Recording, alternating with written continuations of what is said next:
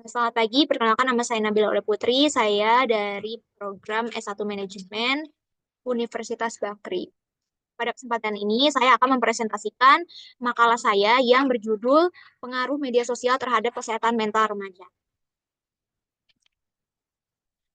Jadi di sini saya akan menjelaskan latar belakang dari pengaruh media sosial bagi remaja. Media sosial telah menjadi bagian penting dalam kehidupan remaja saat ini. Platform seperti TikTok, Instagram, WhatsApp digunakan sebagai media untuk bersosialisasi, mencari informasi, hingga membentuk identitas diri. Namun, penggunaan yang berlebihan dan tidak terkontrol dapat menimbulkan risiko terhadap kesehatan mental remaja, seperti kecemasan, depresi, dan masalah kesehatan mental lainnya. Oleh karena itu, penting untuk memahami dampak media sosial serta mencari solusi untuk mengurangi risiko yang ada. Jadi di sini ada rumusan masalah dan tujuan. Jadi saya akan menjelaskan tentang rumusan masalah. Pertama, bagaimana pola penggunaan media sosial oleh remaja. Kedua, apa saja dampak positif dan negatifnya. Ketiga, faktor apa yang memperkuat atau memperlemah dampak tersebut. Dan yang terakhir, strategi apa yang dapat dilakukan untuk meminimalisir dampak negatif. Nah, untuk yang tujuan bisa menganalisis pola penggunaan media sosial oleh remaja, mengidentifikasi dampak yang ditimbulkan, dan yang terakhir memberikan rekomendasi strategi penggunaan sehat media sosial. Selanjutnya, ada beberapa landasan teori. Yang pertama, teori perkembangan remaja dari Erikson. Masa remaja adalah pencarian identitas diri, media sosial menjadi arena eksplorasi. Yang kedua, ada teori WHO. Kesehatan mental adalah kesejahteraan emosional dan sosial untuk berfungsi secara produktif dalam kehidupan.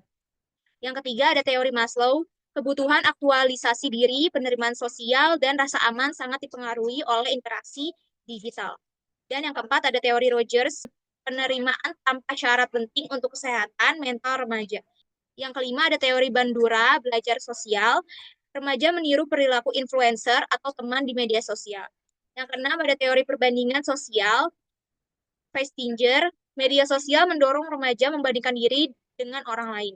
Dan yang terakhir ada teori CBT, pikiran negatif dari media sosial memicu depresi dan kecemasan bila tidak dikenali.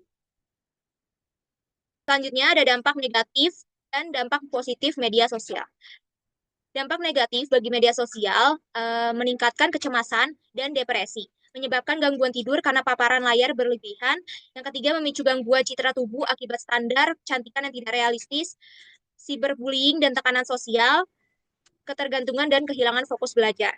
Dan untuk dampak positifnya, membantu remaja menemukan komunitas yang mendukung, menjadi saran ekspresi diri dan kreativitas, memberikan akses ke informasi, edukatif, dan motivasi, menjadi tempat belajar hal-hal baru yang positif, dan membangun kepercayaan diri melalui penerimaan sosial. Dan selanjutnya ada strategi mengurangi dampak negatif. Literasi digital sejak dini termasuk etika bermedia. Detox digital berkala untuk mengurangi ketergantungan.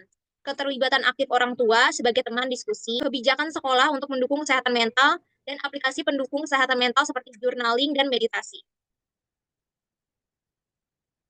Nah, kesimpulan dari presentasi yang sudah saya jelaskan tentang media sosial berpengaruh bagi kesehatan mental remaja, kesimpulannya, penggunaan berlebihan dapat menyebabkan gangguan mental, namun jika digunakan dengan bijak, dapat menjadi alat pemberdayaan diri dan sosial. Kolaborasi semua pihak sekolah, keluarga, pemerintah, dan platform media sosial sangat penting untuk menciptakan ruang digital yang sehat dan aman. Sekian presentasi dari saya. Terima kasih.